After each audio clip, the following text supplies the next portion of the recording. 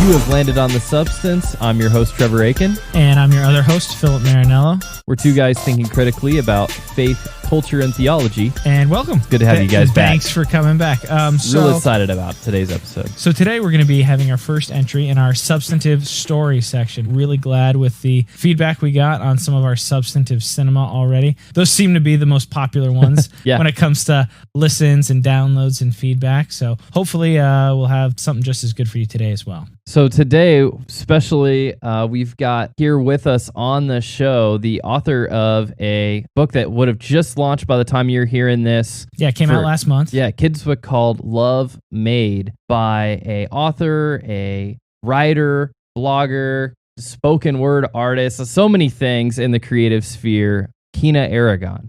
Do we get that name right, Quina? Yep, you did. Perfect. Yeah, I didn't go with the Aragon. I was going to ask. I should have asked that before we started recording, if you had a preference. Depends how Spanish you want to be. Quina, we could. I've got your website here in front of us. We could just read your bio, but why don't you introduce yourself to the audience? When somebody says, "Hey, Quina, what do you do?" What do you usually tell them? I always get nervous, but hi, I'm Quina. And I guess I would say I'm a spoken word artist, author. I sometimes copy edit as well. I am the wife to John Aragon and the mother to JL Sophia, who is just recently turned 3 years old. And we live in wow. She is Florida. 3 already? I know, yes. I can't believe that. I cry always the month leading up to her birthday. I just can't believe she's 3 now, but yes, she's 3. And we go to Living Faith Bible Fellowship in Tampa. We serve in various ways because we're a relatively small church. So most people who are serving in a lot of different ways. But the main thing I do is help lead the ministry for small groups. And then I lead a small group of women, as well, which is one of my biggest joys, doing that. So yeah, excellent. I guess hopefully that's me in a nutshell. Yeah, small group ministries. I always get excited and just jazzed up when I hear about churches that have vital small group ministries, because that's really where the commandments and the church stuff of the New Testament actually happens, right? In small groups. Mm-hmm. Yeah. I mean, Sunday mornings are great, and the corporate worship and the sacrificial giving and the praying and the ministry of the word, that's all essential and good, and I'm edified by that, but I really feel like the true edification comes not just listening passively to God's word, but interacting it in a tight, small group of people. Yes, exactly. I think that's kind of, in a lot of ways, where the one another's of Scripture come together, or you get to really practice that as you get to know people's needs and they get to know your needs and your sins. And it's just a place where I've been able to, I always say, be known and not impressive. So I'm just really thankful for my small group of ladies who we meet every Monday, and it's always refreshing, whether I've had a terrible week or a great one. That's you're not Quina Aragón, editor, writer, spoken word artist, yes, TGCW headliner there. You're just Quina. Yeah, Quina tired with messy hair. That's typically mine. But yeah. And that's awesome. Do you guys have like a structure or something you're going over right now that's got you really excited about it? Yeah, our small group ministries, our small groups go through the Gospel Project curriculum. So right now where that curriculum is the book of Exodus. And our structure is typically, we just come in, I host it as well, as lead it with a couple other ladies. And so I cook dinner for everyone who's coming from work, because most people come hungry. So we eat for a little bit, and that's then fantastic. Jump into our lesson, and then we do like prayer requests, and that's kind of like a heart check for everyone. We try as much as possible to get as vulnerable as possible in that time, and just allow people to share their prayer requests without trying to give them counsel or anything in that moment, but just letting people be kind of where they're at. And then we spend some time in prayer for each other.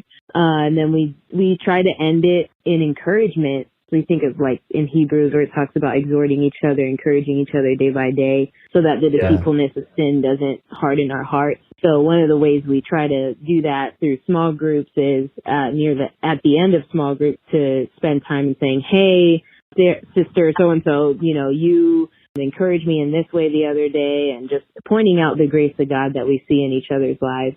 And that always kind of a good note to end on. That's so encouraging to hear, and so cool too to like whenever you're going to church and things and just imagining the work of God happening in so many other places around the world at the same time, just knowing that God's grace is being poured out in those ways. It's awesome. Yes, definitely. And I also was going to ask you on my way here, one of the things Trevor and I talk about, I'm sure there are a number of good podcasts that we would call Christian podcasts in the sphere that maybe I'm not aware of, but one of them is Risen Motherhood, and I was just listening to the new one, and I just heard an announcement that you're now on the board of that. Yes, that's right. I think that did come out today. So what does that look like for you? Well, it looks like just hearing the decisions that they're making now as a nonprofit, and providing any feedback, and just considering the gifts that I have in any way that I can serve them as a ministry. And so far it hasn't been like a whole bunch of work or anything, but it's more so just kind of catching their vision and understanding the direction of their nonprofit and what they're about, which I absolutely love. They happen to be my friends as well, or we've kind of grown a friendship over the last year or so. Met each other at the TGC Women's Conference, the Gospel Coalition in Indiana this last year. And since then, just have really just clicked with them in a lot of ways. So I'm really thankful for their ministry and their friendship. Well, very cool. Congratulations. Awesome. That sounds like a really good partnership. So you've been on there, and you've also been on the Journey Women. Have you been on any other podcasts? No, actually. I was going to say you guys are the first male podcast that I've done. I was going to ask about that because I know you worked with The Witness, and I was like, I'm not sure if she was ever actually on The Witness podcast. So premiere of Quina Aragón on a non-female exclusive platform here. Heard it first. And our second guest ever. Yeah, you're in good company. So far we've had Brett McCracken and now you. Nice. Okay. Well, there you go. I mean, it's not like I haven't really done a whole lot of interviews anyway. But it's important because this is the first male one I've done. Very cool. And I think I might have heard you on Wado's show. I feel like he might have thrown your spoken word in there before. Wow. So that's cool. Yeah. That's I've more had of my like spoken word pieces on there. Yes. I've never been interviewed. Yeah. Yeah. Mm-hmm. Very cool. Awesome. All right. Well, you want to start getting into it? Let's kind of basically start at the beginning. You've already kind of told us currently about some of the ministry you're involved in, but briefly and basically in broad strokes, or in as much detail as you'd like to get into, how did you come to know the Lord? Yeah. Well, so I was born in the Philippines. I moved to Florida when I was like under 1 year old, but my mom's side of the family is from there.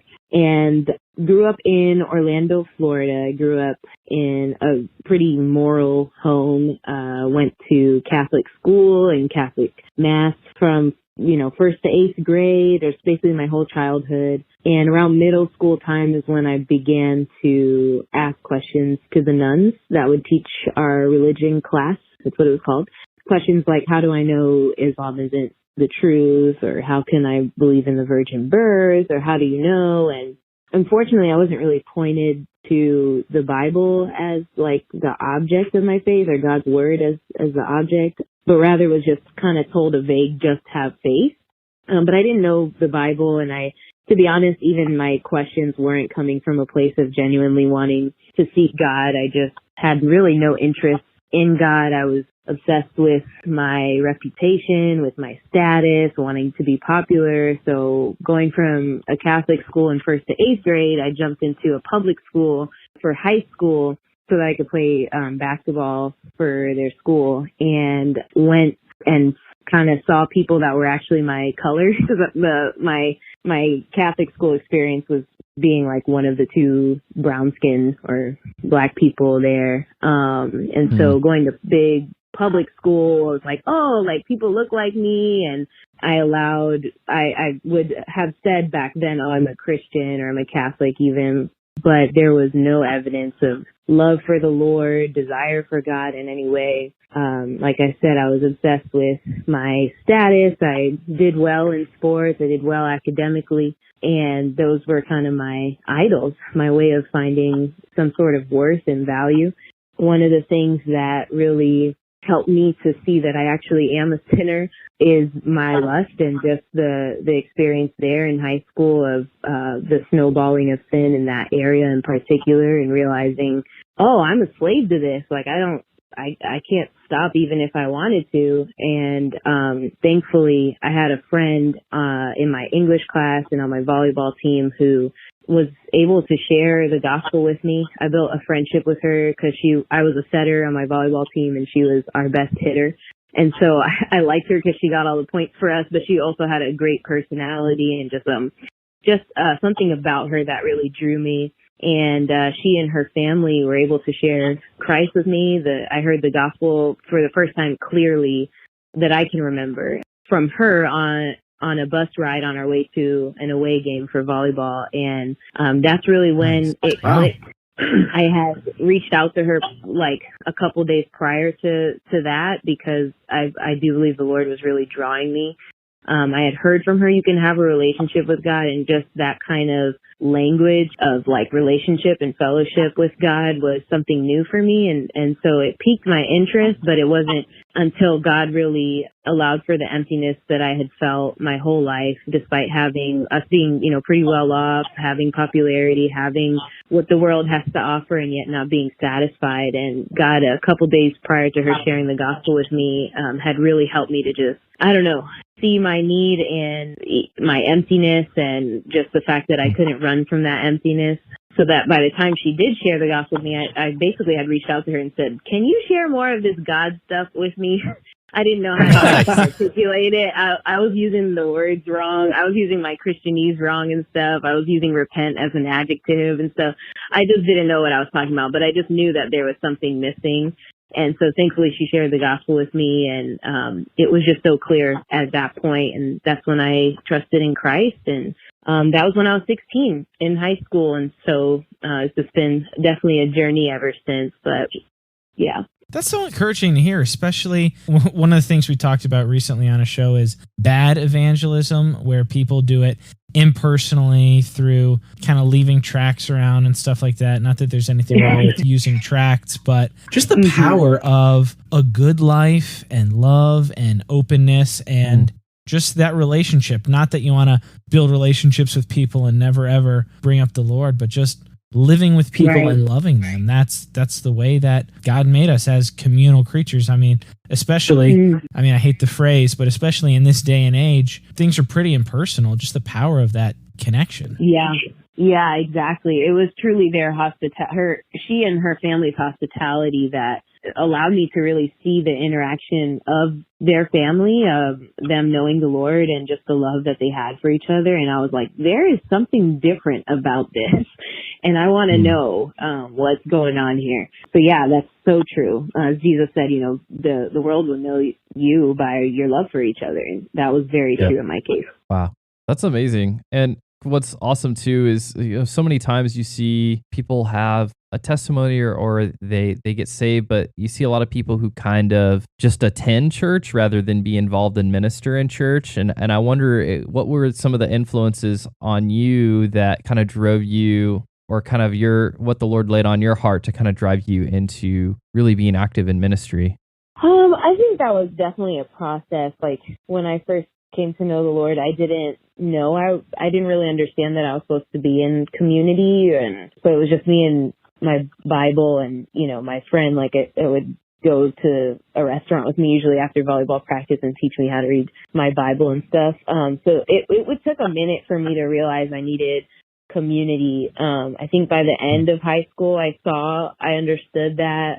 In terms of ministry, it's just been an interesting process because I went from high school to college, and the family that shared the gospel with me and kind of mentored me in the first couple of years, they were a part of a ministry that was called the Impact Movement, and they were reaching a lot of students of African descent and college campuses. And so I had a mind to, want to start a chapter for that at my college. And so I went into college very zealous for the Lord and wanting to talk to everybody about Jesus, but I didn't know a single person in Tampa where I went to college. I didn't know a single person on my campus. I just knew that Jesus is God, and that he saved me and that I want to share that with people. And so my freshman year dealt with a lot of loneliness, but still very much so pursuing God and wanting to just share the gospel with my roommates and with others on campus.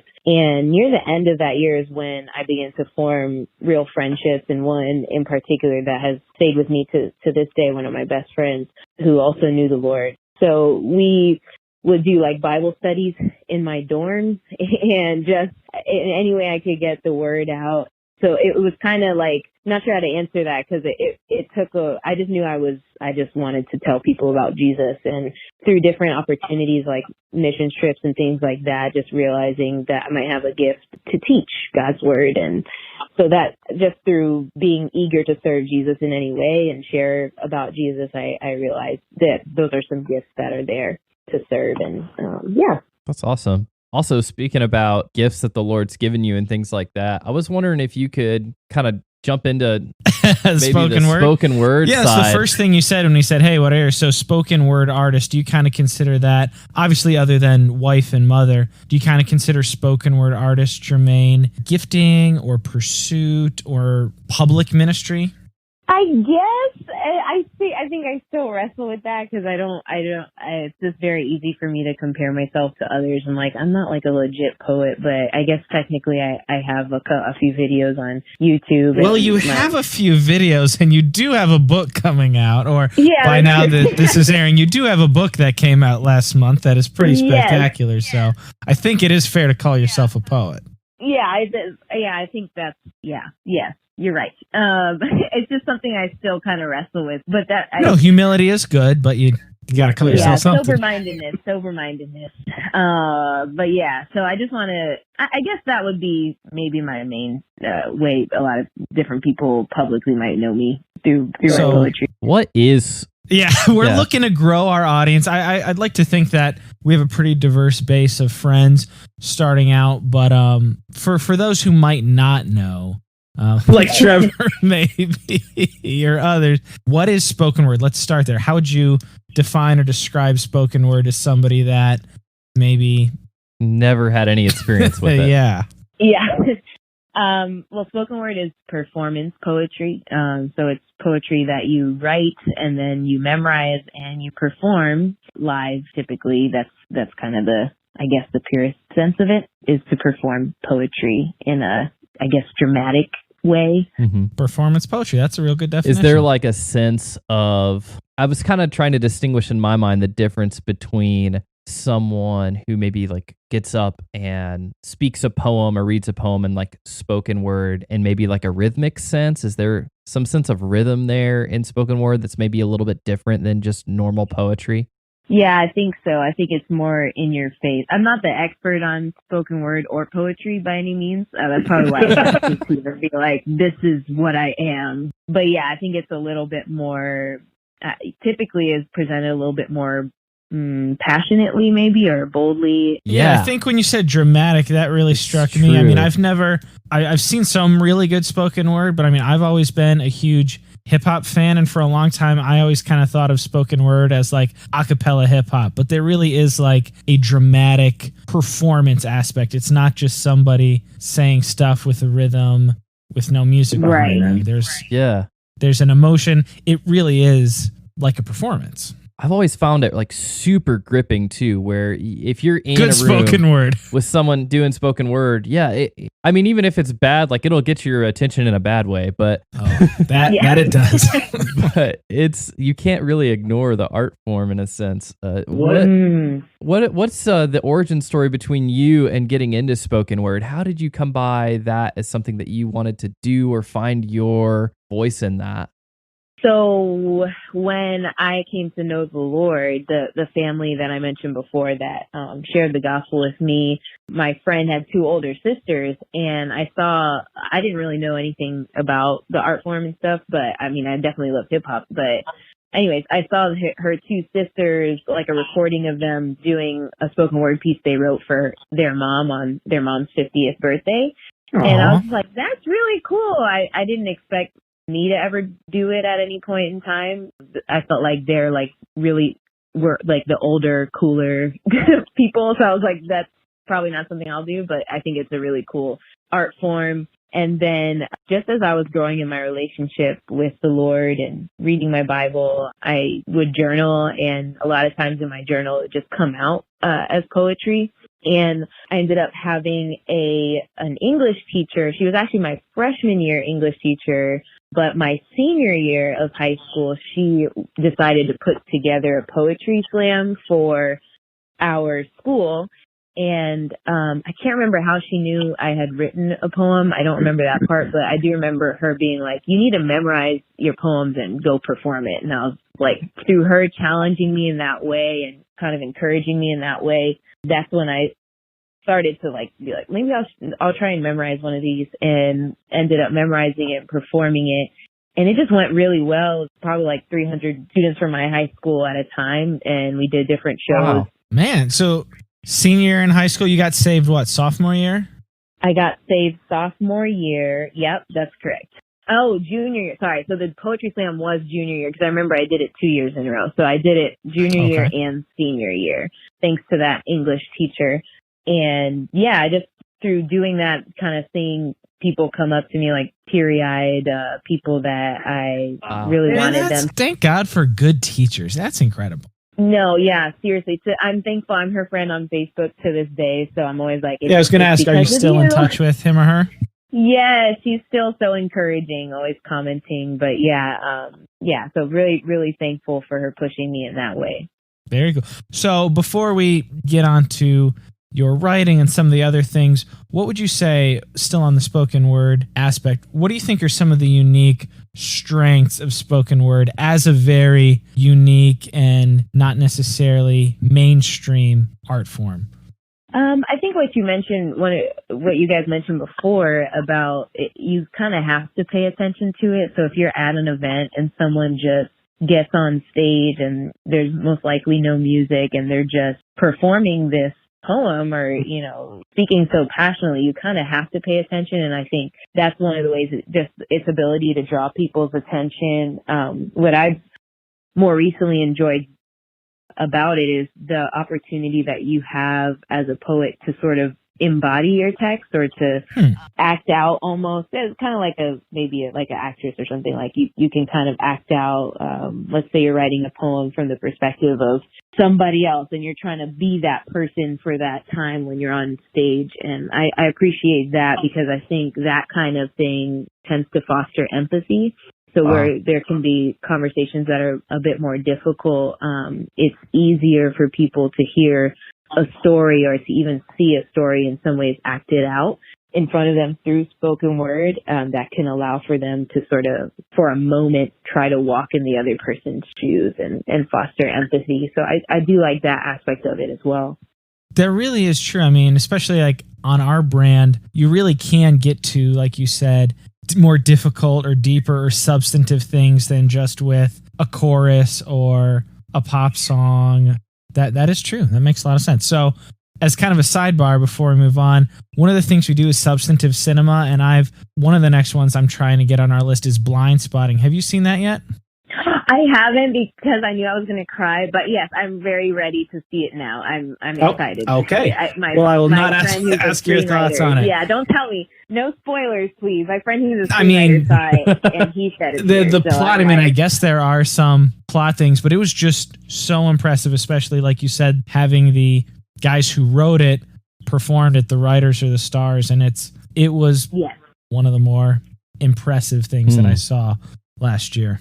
Yes, and Daveed Diggs is, I think, one of the actors, right? The one from Hamilton. Yeah, the guy from Hamilton. Yep, that in and of itself was enough for me to want to watch it. But yes, I can't wait. It is rated R, plenty of language, but it's a hard recommend, and I look forward to doing it on the show. Nice. I haven't seen it either.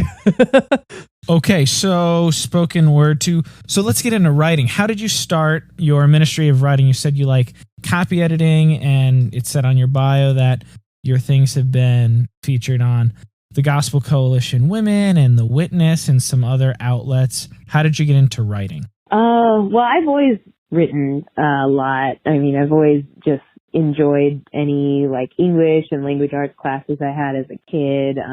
Any writing. Not terribly different from the spoken word, I guess. Yeah, it sounds like that's almost how that got started. Yeah, actually, I think that's kind of funny because the friend that shared the gospel with me, she was also in my English class in my sophomore year of high school before I knew the Lord.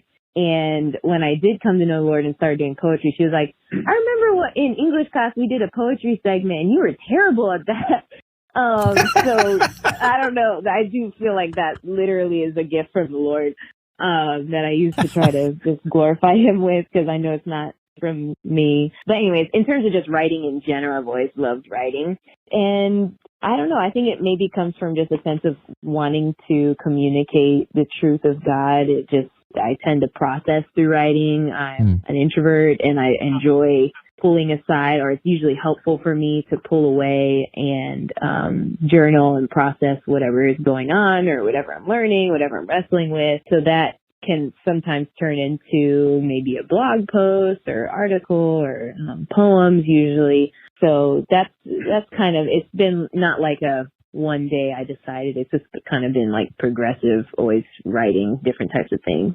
Sure. So you said writing helps you process theology and understanding and things like that. So what would you say are some of your Christian literary influences? Who do you really love to read that maybe just you like to read them and they've helped you understand things better or more clearly? Or maybe now that you've done more writing, who is it that you like reading, or who have you seen influence your writing?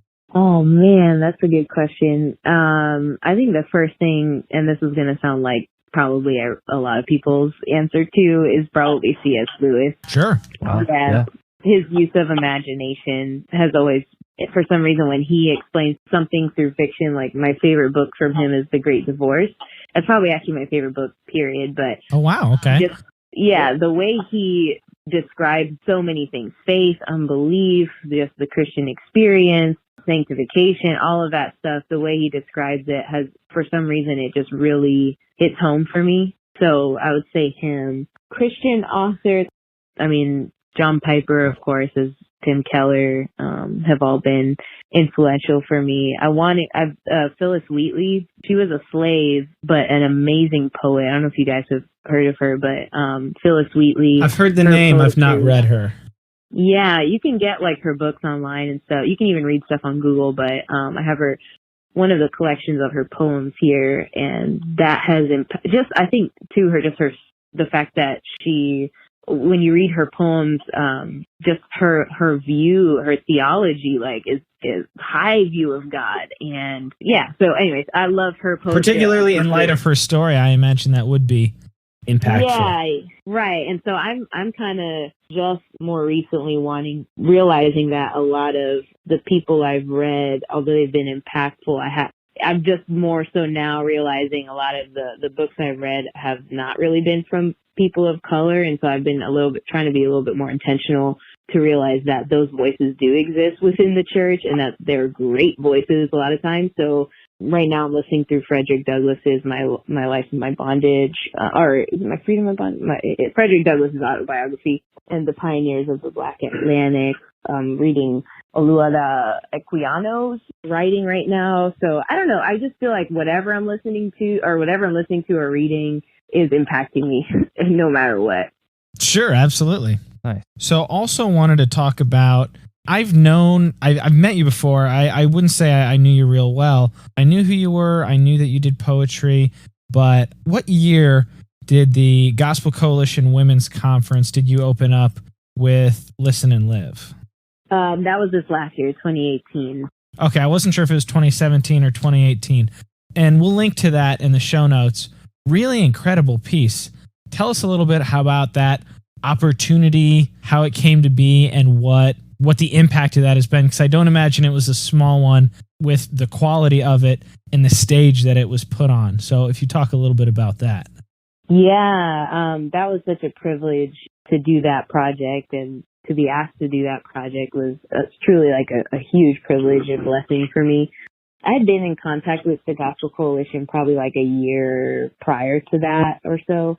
They had heard about me through my pastor, who serves is one of the council members for the Gospel Coalition. And so I just written a couple articles for them in the past for the Gospel Coalition. And as the Women's Conference was coming up, they the women's director at that time, her name's Mary Wilson, she reached out and asked if I'd be willing. They had seen some of my spoken word videos on YouTube, and they asked if I'd be willing to do a creative presentation that would catch women up at that conference of the story from Genesis through Numbers, because the conference is on the book of Deuteronomy. So they wanted me to. Yeah, it was so cool. Genesis through Numbers. Yeah, that's what it was. Man, that was good. I love the Old Testament. Yeah. So since that's quite a feat, though, also to put Genesis through Numbers in a 12-minute video. And actually, originally, it was supposed to be 5 minutes. That's what they asked me for. It was a 5 minute. Yeah. 5 minutes for Genesis for Numbers? 4 books of the Bible, 5 minutes. Yeah. Oh, wow. It was supposed to be 5 minutes, a creative retelling of that story that was creative and yet clear for those who maybe weren't. It's got to be creative, clear, and 5 minutes long. Can you do that? Correct. Yeah, I was like, like this was a great opportunity, and I was terrified to do it, but it was like I felt like saying no to that opportunity would have just been wrong. So I said yes, and not knowing good all answer. that it would become. Yeah, not knowing all that it would become, thanks to my husband's encouragement, because I tend to struggle with a lot of imposter syndrome and doubt and all of that stuff, but anyways, and insecurities. But he encouraged me. I said yes, and proceeded to work on a script. And thankfully I had Mary Wilson is a beast theologian. Anyways, so I would go to her with a lot of my questions, and a couple other women as well. And so actually, when I think about writing the script, the people that kind of helped me most were women theologians. And now that I think of that, I think that's just really encouraging. As the conference itself was encouraging, hearing women teach on the word. But anyways, wrote the script in a couple weeks and worked really hard on it. And the first draft was like 20 something minutes to perform. So we knew that I had to edit it down significantly. So I was able to edit it to about half the size of the original script, which was really painful because I felt like every line, of course, as a writer, you're like, every line's important. I said that on purpose. So I had to edit my own piece. To get 50% reduction too. That's pretty impressive. And again, you're covering Genesis through Numbers. There's a lot there. Exactly. It was hard, but I did have guidance from Mary Wilson and a lady named Ann Weststraight to kind of help me about what are the like main points we're trying to communicate, or what are the main parts of the story.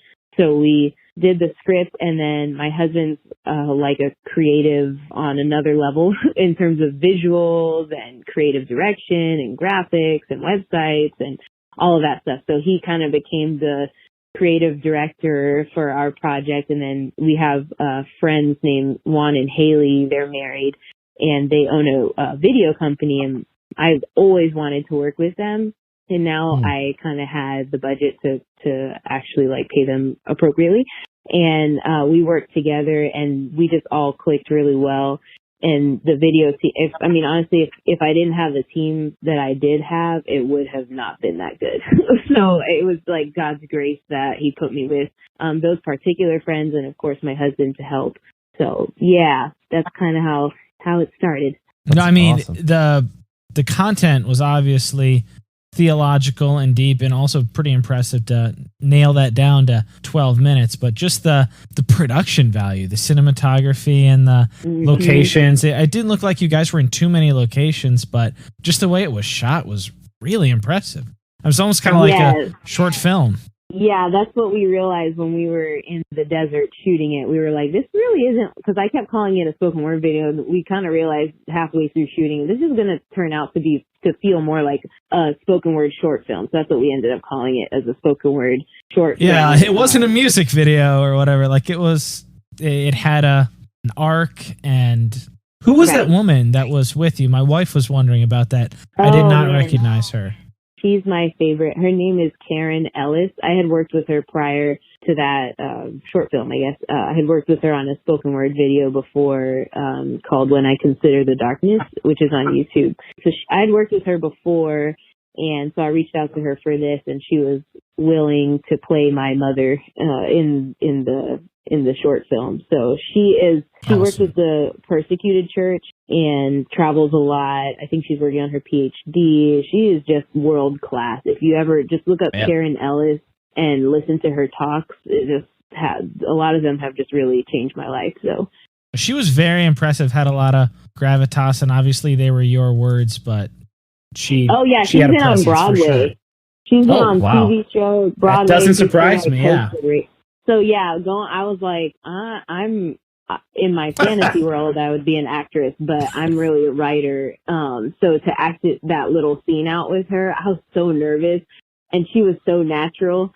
And I was like, man, she's really like good at this. You can tell she has experience.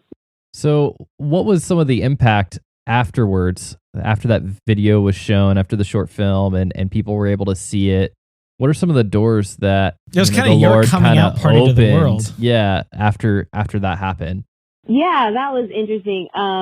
I think because my hair was different in the video, not everybody realized that was that was actually, I wear my hair out, like literally the same hairstyle pretty much every day. I'm not very creative when it comes to that. But my hair was different in the video, so a lot of people were like, was that you? Or so that was a different should we be looking for a different Quina? Yeah, I think they were looking for the 2-strand twist that I had in the video. But anyway, the demographic mostly there. Yeah, like, was that a different person?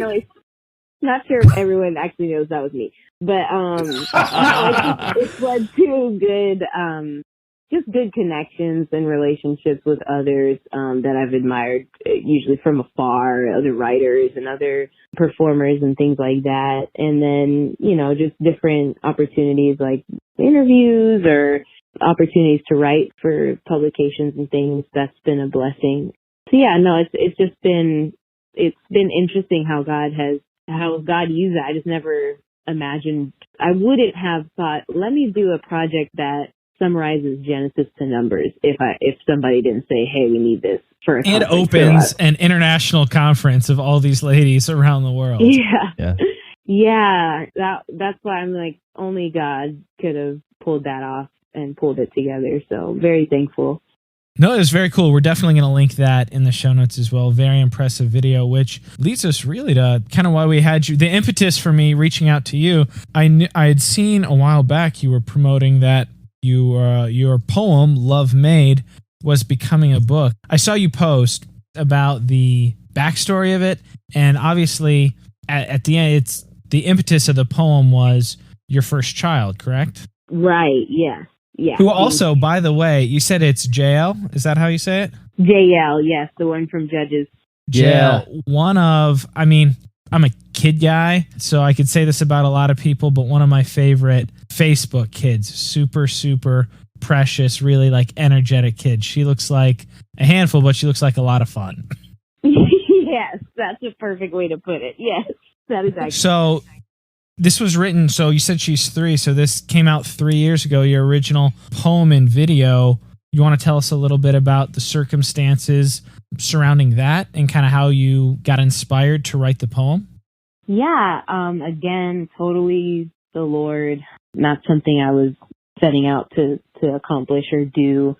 John and my husband and I got pregnant about 8 months into our marriage, and for me that was a bit early. It was a surprise, and I kind of wrestled in the beginning with just the timing of things, wanting to be more financially stable, wanting to enjoy our marriage a little longer before kids, all of that stuff. And absolutely understandable. Totally understandable. Yes. So when I was about 12 weeks pregnant, we announced our pregnancy publicly. And the same night I started to bleed, and I thought I was having a miscarriage. And so they had me go to the doctors the next day, or the OB the next day, and they told me there's still a heartbeat, but I had some health issues around the pregnancy. And so the risk of losing this child really just helped me to see how precious her life was, and made me really value the gift of being pregnant and the gift of being a mom. so that near the end of my pregnancy, my friend, one of my best friends, Nicole, she was pregnant at the same time, and she asked me to like perform a poem at her baby shower, and she asked me if I had any poems around motherhood or the joy of children, and I was like, nope, I don't have anything on that because I've never experienced that. So I originally told her, no, I can't do it. But on the morning of her baby shower, and we were pretty advanced in our pregnancy at that point, in the morning of her baby shower, I was just spending time with the Lord praying.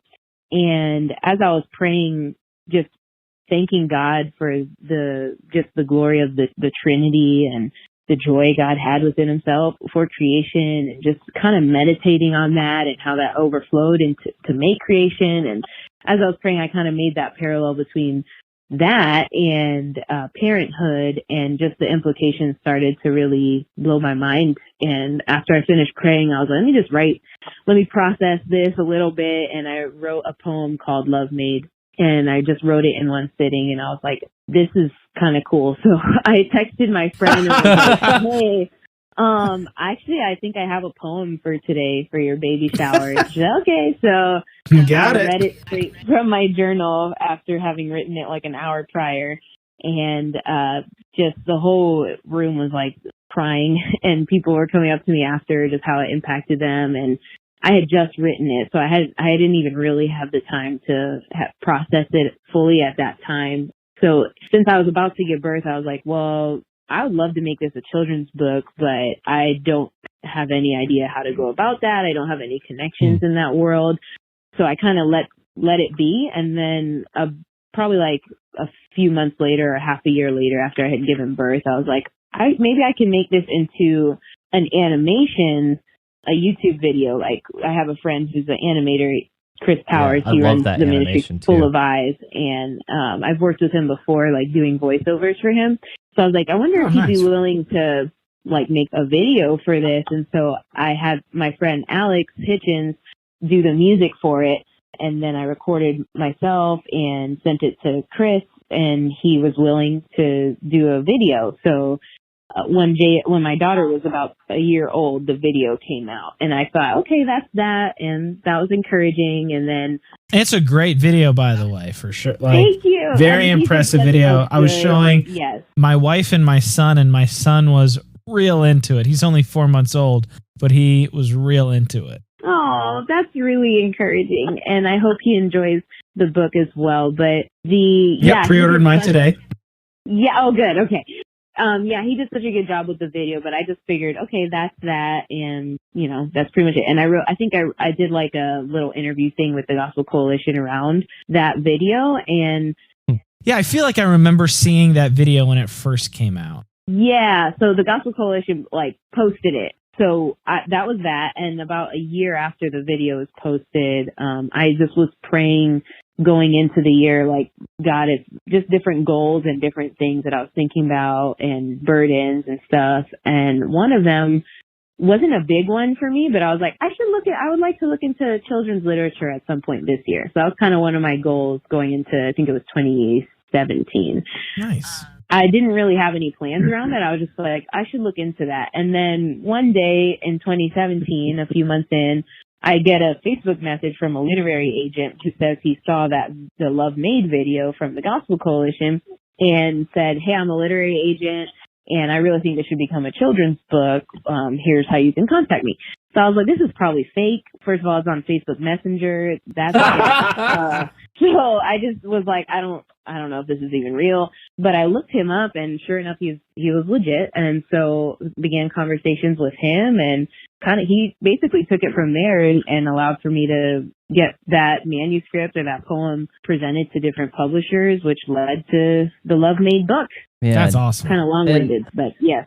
That's amazing. And one of the things that really amazed me about the book too, and really even amazed me about the story that you just told too, is that from a prayer, meditating on the Trinitarian nature of God. Honestly, when I read that book, I think about Jonathan Edwards, like the end for which God created the world, and how it talks about, it is no lack in the fountain that it should overflow, right? That God in the overflow of who he is created the entire universe.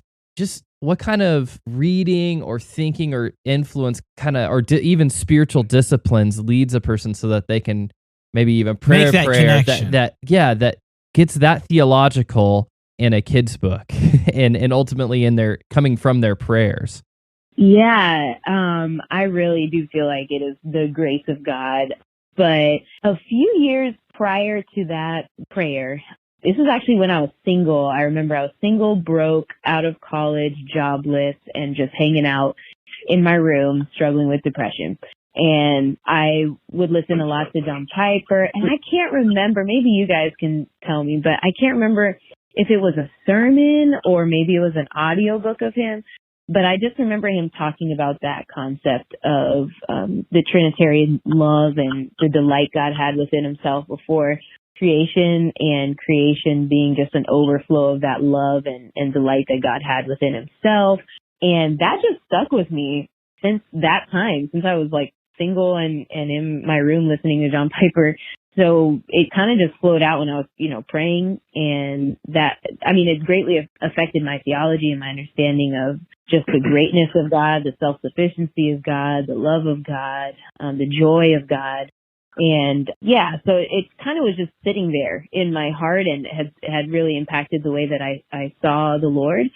And so that's what I'm like, when I was praying that prayer and ended up writing this poem, that was the first time I connected it to parenthood for some reason. That it made sense at that point, that sort of parallel, which the book is about. Well, that's where you were in your walk, and that's what's supposed to happen Right. when we're faithful. Yeah. That's so encouraging. And such a beautiful development of theology to think about somebody in the 1750s writing something that influences John Piper and the things that he writes. I know he's written about it in probably the pleasures of God and some God's of the delight in his godness. And then like for you, then in that experience, living out that theology, thinking critically about actual life experience and connecting the creation of this new life for you as a mother and God and the world. And man, what a beautiful thing. And it's not ivory tower. It's so accessible, but true to life and true to obviously reality that God is and he created. And that's something we're very passionate here about, that we do want high theology, but just like what Trevor said, we don't want it to be ivory tower. We don't want it to be cold or disconnected from the realities of life and of joy and suffering and living in the real world. You were able to make that connection with your impending motherhood, your theology that you were dwelling on and refining, and hopefully at that time you said interacting with other brothers and sisters in small group, intimate settings. You're interacting on these things, and when it comes time for you to approach motherhood, these things come into a new light for you. Right. That's exactly right. Yeah. And that's really the work of I think the Spirit, just applying, like you said, theology to like the flesh, or not the flesh, but real life, fleshing it out in real life. Yeah, absolutely. So I did also want to ask, the book is very impressive. So transitioning from the video, which was also very good in its own way, to the book, how do you, first of all, you want to say the name of your illustrator for me? Yeah. Scotty Rice Snyder. Rice Snyder. I'm usually pretty good with names. I usually get them, but I always like to ask just in case. I don't want to, especially on the record, say somebody's name wrong. Yeah. Yeah, so have two what was it? Names on the cover. Quina Aragón. You do, yeah. Most people will say That's Quina. True. And then Scotty Rice Snyder. So we kept it spicy. So what was that collaboration transitioning it from? Yeah. Was the video even a part of it? What was your collaboration like with him? Was it hard to move also, like from the having that picture in your mind of the animation from the video and then moving to his animation? Yes and no. I think at first I was like, how's this going to work? But then once I saw his work, his drafts and stuff, I was like, whoa, this is gonna look epic. I didn't know him personally prior to this book, but my publishing company gave me a few options for illustrators, and his was the one that definitely stuck out the most. And he was just a real delight to work with. I would try to explain what I was thinking and what I wanted, and he just was such a great listener and was able to sort of repeat what I was saying in a way that made more sense. And he was able to really capture the vision that we had. And I'm just really thankful for his work. I think his illustrations are just gorgeous and they really pop out at you. They really are. I mean, he's a very talented guy on his own. The designs are unique and simple, but still very engaging and interesting. But I mean, I only have a 4-month-old. He's not given me too much feedback yet, but I look at this. My wife and I, we're big book fans. I have way too many books, but I feel like this is perfect for a children's book. This illustration fits the concepts really well, and it really sticks out. I'm looking forward to getting a physical one and flipping through it. Yes, yeah. I just think he did, and then like the way he did the animals and just the people. I think he did such a good job. It's really, really pretty. There's several impressive pages. The two that really stick out to me, I really love the one with the bees and the hourglass. That's just, man, oh man. Yes, that was his idea. I mean, when I saw that draft, I was like, yes, no changes on my part. I love it all. Like, just do that. So which of these pages would you say the first time you saw it, which page kind of knocked you out? Which page did you completely fall in love with the most, or did I already steal it with that one? Oh, that's hard. That's like asking, I don't know, that's a tough one. There are a few. Definitely the one where it talks about the 6th day, God making his greatest art piece, people made in his image, and it's this picture of Adam and Eve. Reminds me a little bit of Lion King, but it's Adam and Eve and not lions on top of this cliff, and all the animals sort of looking up to them. And so just what that image communicates, what that illustration communicates of us being made in the image of God and being the pinnacle of his creation. I loved how he illustrated that. The other one is that he was able to really replicate me and my husband and my daughter. There's a page, 2 pages, but it's of us hugging my daughter, and then the other one is us holding her hands and looking at the sunset. And so that was just like a really sweet gift, just to for him to be able to like replicate us in that way. So that was. So what was that like, seeing yourself in your book represented? Because you guys are represented in animation, but this is a really nice, sharp book. What was it like seeing you and your family represented in that when you got that in from the artist? It's definitely surreal, and it was very encouraging. And I think what also encourages me is just seeing like brown and black people in a children's book. I'm always encouraged by representation, and knowing that my daughter and so many other children of color will be able to even see themselves, and just children period will be able to see children of color in this book. Yeah, I think both of those are really important. Obviously, for you and your daughter, that's encouraging. But just like you said, I think that's good in general for everybody to see those sorts of things as good and healthy and normal, and not have black children's books be a niche market. Right. Exactly. We don't need to be stratified in our kids' book. And I was also going to tell you 2 other things as far as the actual work. That picture of you and your husband hugging your daughter, I was just showing Trevor's daughter, who's about 2 years old, flipping through it for her on the PDF that you sent us. She really adored that. She's like, hugs. Oh, yeah. She loves hugs. An unbiased 2-year-old opinion. Yeah. About an hour ago, she loved that. Ever since she saw people scoring goals in World Cup 2018, she just really loves hugs.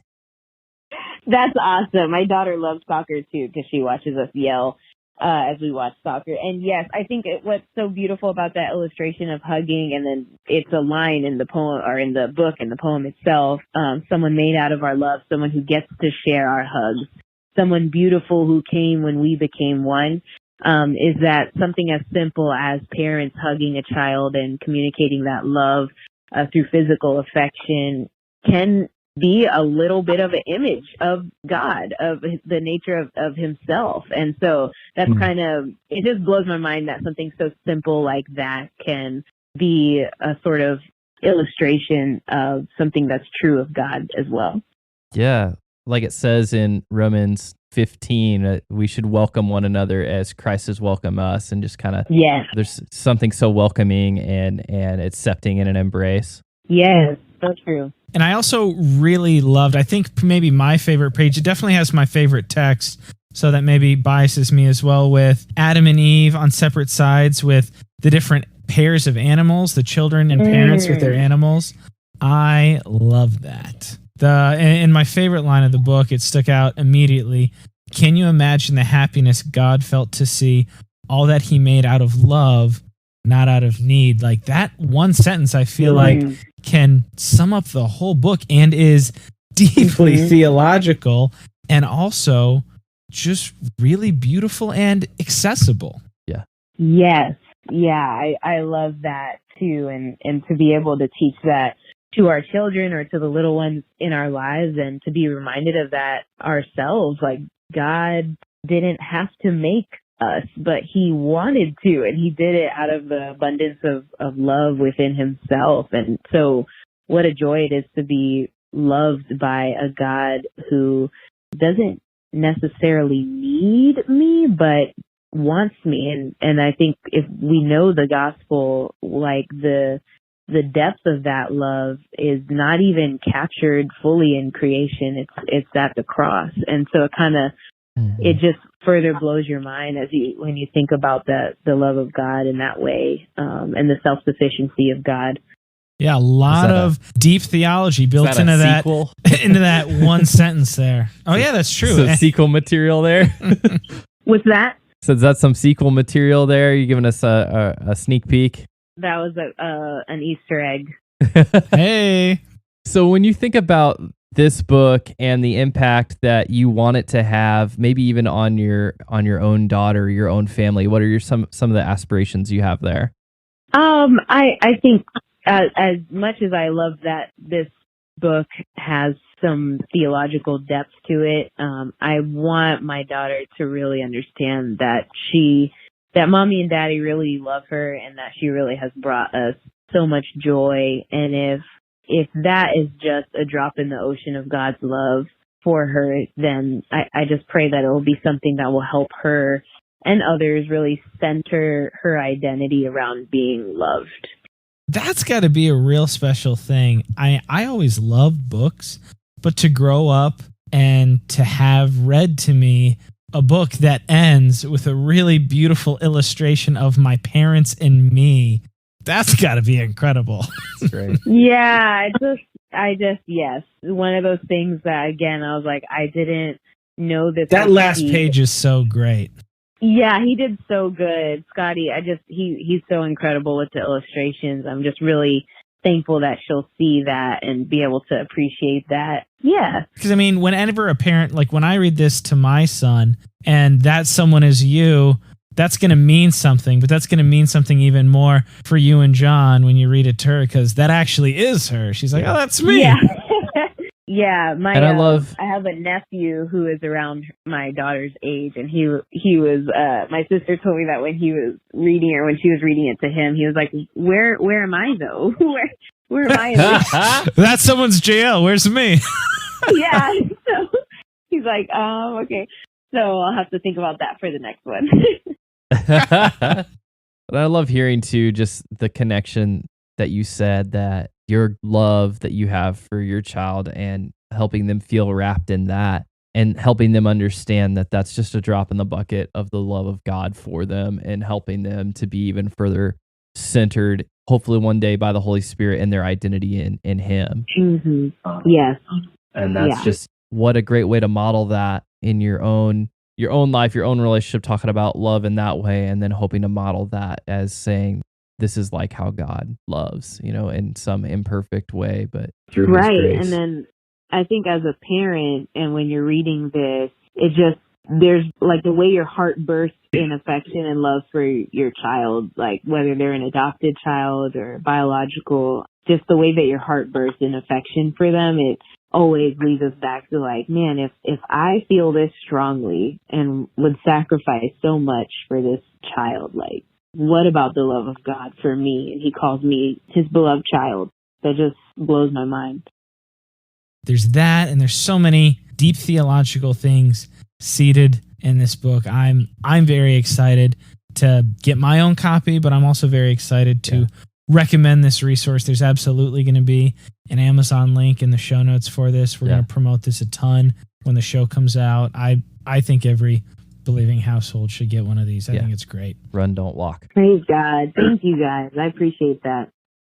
So before we let you go, there's a couple of quick questions I wanted to ask you at the end. You already talked about you really love The Great Divorce, but what would you say are 3 to 5 Christian books that you consider either your favorite or most impactful, or ones that you would recommend to our listeners? What are maybe 3 to 5 books that have had a profound impact on you and you would recommend to others?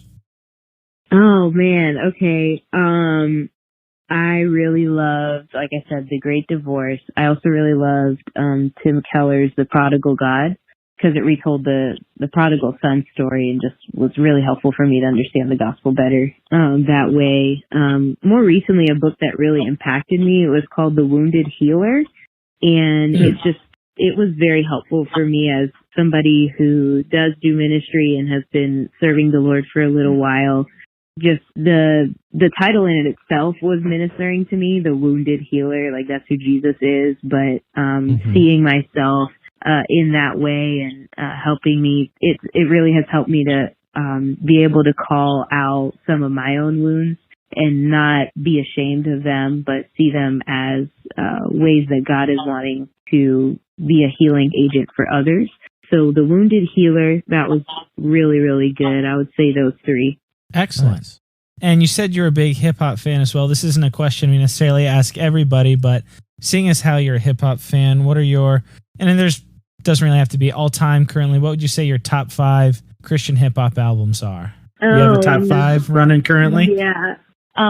Yes. So the first Christian hip hop album I ever heard, my friend who had shared the gospel with me was braiding my hair, and she put it on, and I just heard Matthew 10:13, and he's like quoting scripture. I'm like, wait, hip hop can do that? Like, you can talk about scripture in hip hop? And that was Flame, self-titled album, Flame. I think it was his first one. And that was when I first became a believer. So I'm a little biased because of the way that it personally impacted me, to have that album as a brand new believer. I think that the truth, what's the Faith? I think it's called The Faith. That was kind of around the same time. I love that album. And then The Atonement by Shai Lin. So good. Changed my life in college. It was my freshman year in college, and that really helped me to understand the cross and also connected me to some other teaching that I hadn't, and teachers that I hadn't heard of. But yeah, The Atonement, I think with that too, The Attributes of God, I just love that album.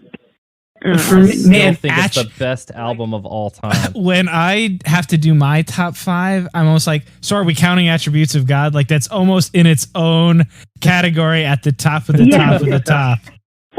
Yeah, I feel like all of my albums, my favorite Christian hip hop albums, I'm like always extremely, it's not objective at all. It's the way that it impacted me in the season of life that I was in. So that's kind of why I mentioned those ones. I think Rebel from Lecrae, or Rebel, I'm not sure how it's supposed to be pronounced, but that album was impactful for me as well. Early on Rebel's great. Yeah, in my walk with the Lord. And I'm always a fan of KB. I think anything he puts out, I always love. I think Weight and Glory is maybe my favorite. Since Real Talk, I think Weight and Glory is my favorite first album from any of those Reach guys. That was incredible. Yeah. I mean, I'm kind of old school. I can kind of be the cranky fan a lot. I like a lot of the earlier stuff. I do like a lot of KB stuff as well. But man, I think I listen to Weight and Glory probably more than I listen to a lot of the new, just all the stuff coming out of Reach. Yes. Yeah, I just feel like KB's been extremely consistent and always is very challenging and in a good way and encouraging. So yeah, I've always been a huge fan. For sure. Well, great. Awesome. Well, it's exciting to see all the things that the Lord is using you for and His grace in your life to be a minister in these ways and these platforms. And, we're excited to see what the Lord continues to do with you and your influence on Risen Motherhood and in the Gospel Coalition and in these roles that the Lord has put you in. Thank you, So guys. thanks for coming on, Quina.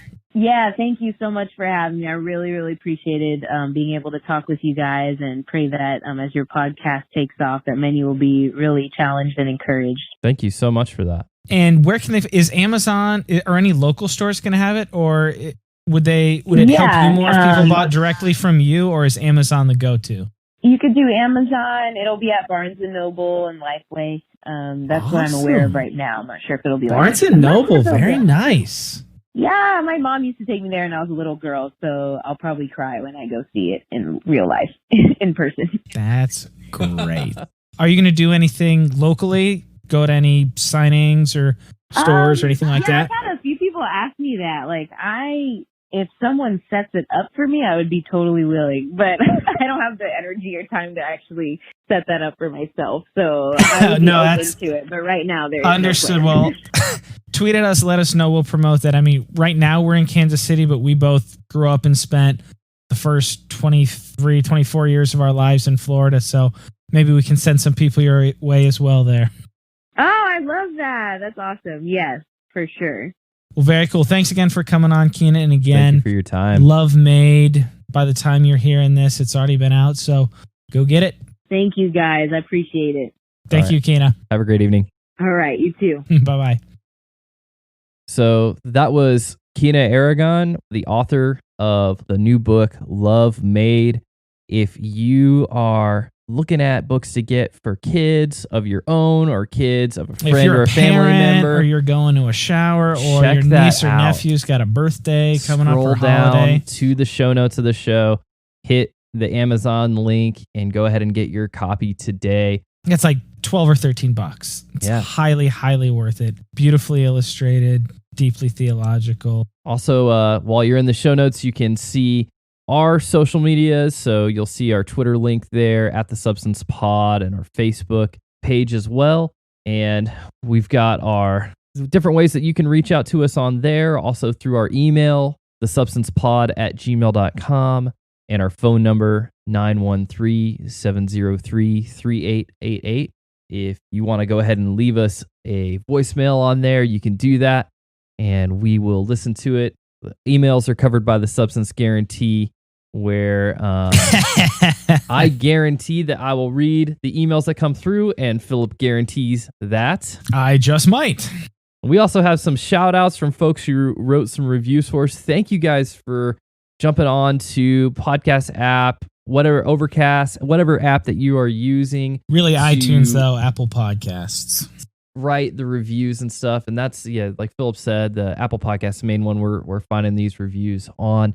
We wanted to just shout out some of the most recent reviews that have come through from some of y'all out there in listener land.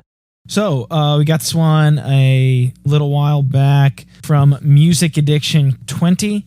Thanks for the new podcast. This show combines a deep love for Christian theology and current day American cultural issues and topics in movies, media, and politics. The hosts are well prepared. Thanks, Music Addiction. Appreciate that. And sustain good conversation. 2 thumbs up.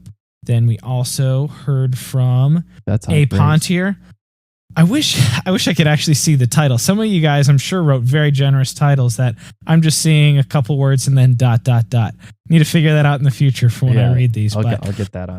A Pontier wrote, I love how deep they dig into the topics. Truly balanced and fair. Well-informed and insightful conversation to make you think. Thumbs up. Appreciate that. And lastly today from Ron Shamblin, great balance of conversation. Just binged the first 4 podcasts. It's pretty great that we're able to be binged now. Thank you. Great content. I enjoyed the balance that the hosts have together, as well as the jumps in and out of topics, politics, culture, and theology. We really appreciate that, Ron, and that's really our goal. Again, like we said in the episode, our goal isn't to get into the pulpit and start preaching theology, or, on the other hand, just get on a cultural or a political or a entertainment soapbox and just talk about our random thoughts. The goal is to truly, genuinely engage the culture from a position of faith with as biblical of a theology as we can. Absolutely. So, thanks for writing those in. Keep them coming. Yep. PSA for everybody to enjoy the substance responsibly. Yeah, it's true. And we will see you next time. See you next week, everybody. Yep. Thanks.